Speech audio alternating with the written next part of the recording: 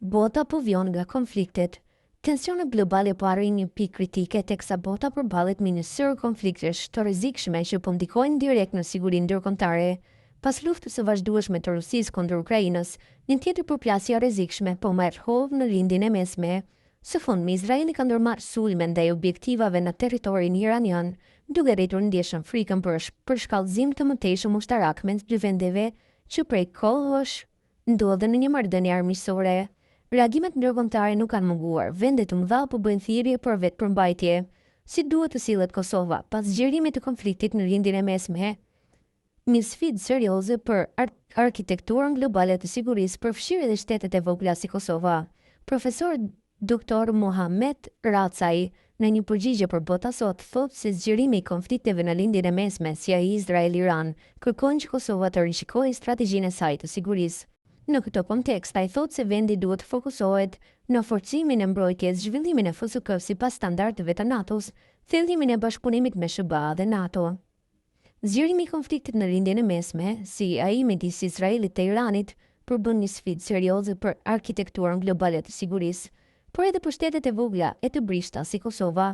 Ky kontekst ndërkombëtar bën të domosdoshme një rishikim të pozicionimit strategjik të Kosovës në 3 drejtime: forcimin e mbrojtjes dhe rritjen e investimeve në siguri, një domosdoshmëri strategjike, po në kushtet aktuale dhe në dritën e zhvillimeve të mundshme në lindjen e mesme, Kosova duhet të intensifikojë investimet në sektorin e mbrojtjes. Për disa arsye, ky veprim është i justifikuar. Mbrojtja është garancia e sovranitetit. Nëse kriza ndërkombëtare zmadhohet, rreziku që fuqitë rajonale si Serbia të shfrytëzojnë momentin për veprime destabilizuese është real.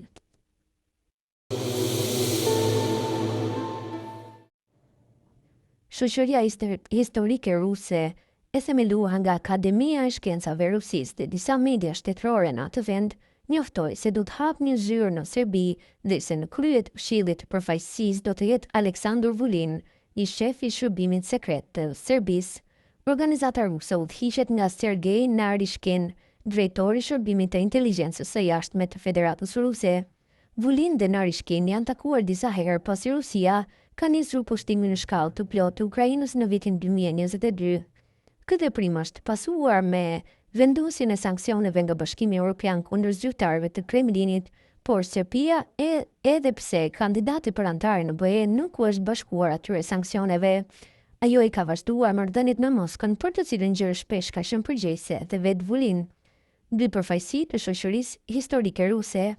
Në një seancë të shoqërisë historike ruse, të mbajtur në 10 qershor, një video e së cilës u publikua në faqen e internetit të shoqatës, u votua për hapjen e degëve të 7 rajoneve të Federatës Ruse, si dhe të një zyre përfaqësimi në Beograd.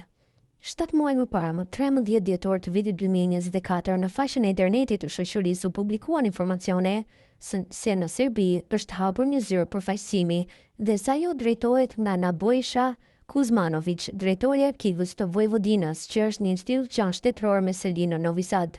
Emri Vulinit atë kohë nuk është përmendur. Duke folur për Radio Europa e Lirë, Kuzmanović thotë se ai kryeson shoqërinë historike serbe ruse, e cila gjithashtu deg e shoqërisë historike ruse. Ai thotë se antarët e saj, zyre përfaqësues janë historian dhe aktivist nga Serbia. Vulin, siç shpjegon Kuzmanović, do të drejtojë degën e dytë të shoqërisë historike ruse në Serbi, dhe të dyja shoqatat do të bashkëpunojnë me njëra tjetrën.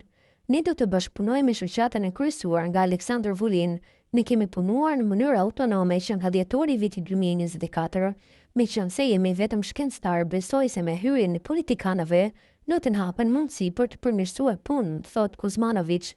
Radio Europa e Lirë i tërgoi pyetjet shoqërisë historike ruse në lidhje me hapjen e zyrës së përfaqësimit në Serbi dhe emërimin e Vulinit në krye të saj, por deri në publikimin e këtij artikulli nuk mori përgjigje.